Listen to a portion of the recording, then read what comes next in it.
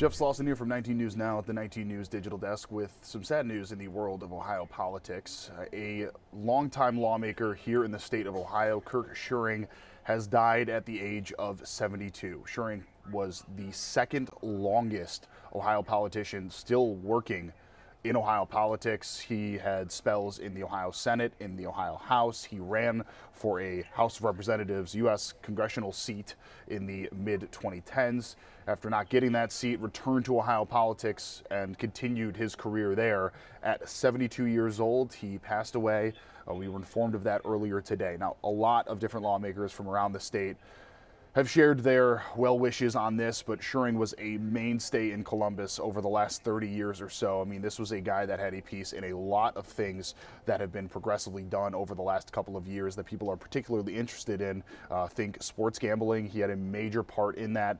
Stark County, he served as some form of a legislator, as I mentioned, for about 30 years. Basically alternating between the Senate and the House here in the state of Ohio due to term limits. I'm going to kind of walk you through a couple of things here, but first, for those that are kind of unfamiliar with the role that Schuring took or had placed in the legalization of sports gambling in the state of Ohio, I wanted to pull a story that our Vic Gideon did in 2021. He spoke with Schuring about this.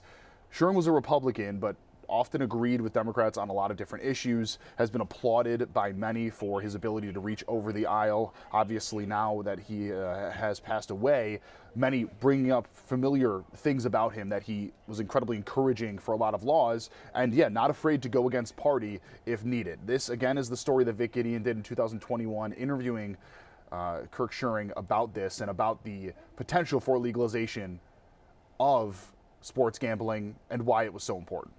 You soon could be able to bet on the Browns, Indians, Cavs, and Buckeyes if a new sports gaming bill becomes law. Sports gaming is here right now illegally. State Senator Kirk Schuring, a Republican from Canton, chairs the state's Select Committee on Gaming, quarterbacking the effort to bring legal betting to Ohio. And all we're trying to do is make sure we can regulate it, put guardrails around it, and make sure that it's done correctly. And people of Ohio are not being hurt because of an illegal operation. The bill calls for 40 licenses to be handed out at $1 million apiece, 20 licenses for sports books to cover the bets, and 20 licenses for casinos, racinos, and even new facilities with all the comforts to watch the games you're gambling on. You can open up a facility with widescreen TVs.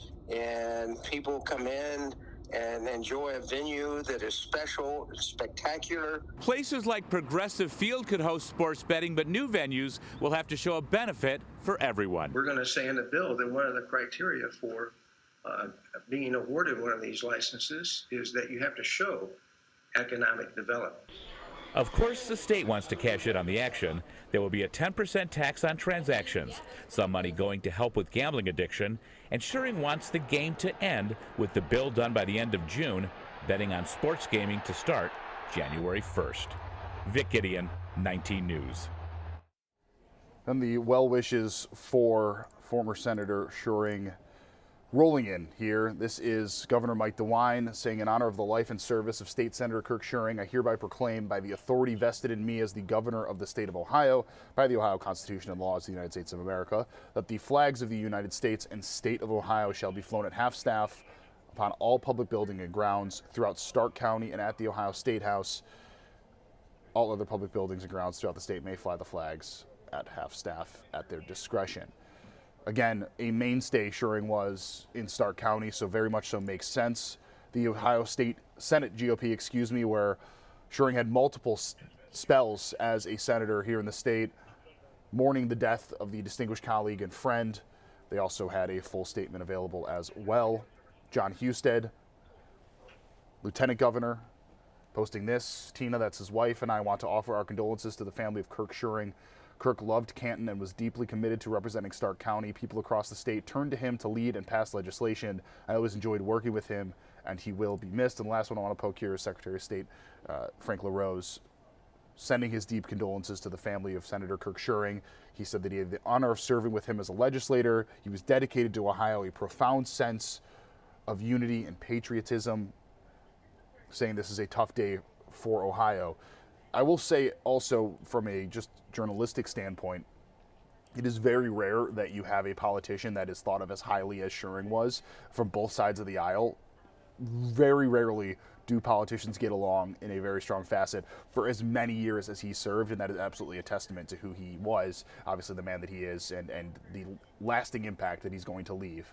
Typically when you see a lawmaker retire or potentially pass away, you don't see a reaction like this. I think that points to the importance of who Schuring was and obviously what he meant to a lot of folks over in Columbus.